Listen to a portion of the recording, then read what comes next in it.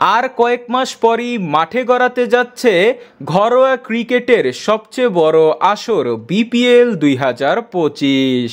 গত আসরের চ্যাম্পিয়ন দল ফরচুন বরিশাল।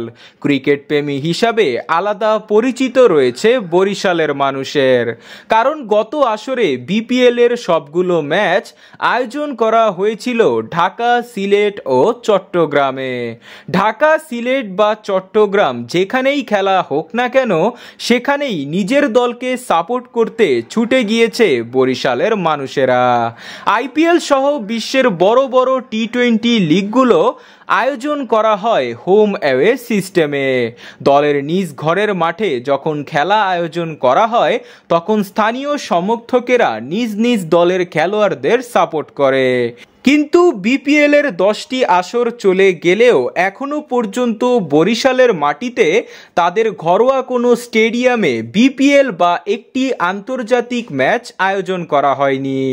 বরিশালবাসীদের দীর্ঘদিনের দাবি ছিল যে তাদের ঘরের মাঠে বিপিএল এর ম্যাচ আয়োজন করতে হবে, কারণ বরিশালে রয়েছে শহীদ আব্দুর রব শেরানিবাত স্টেডিয়াম।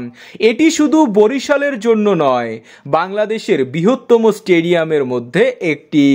1966 সালে স্টেডিয়ামটি নির্মাণ করা হয়েছে।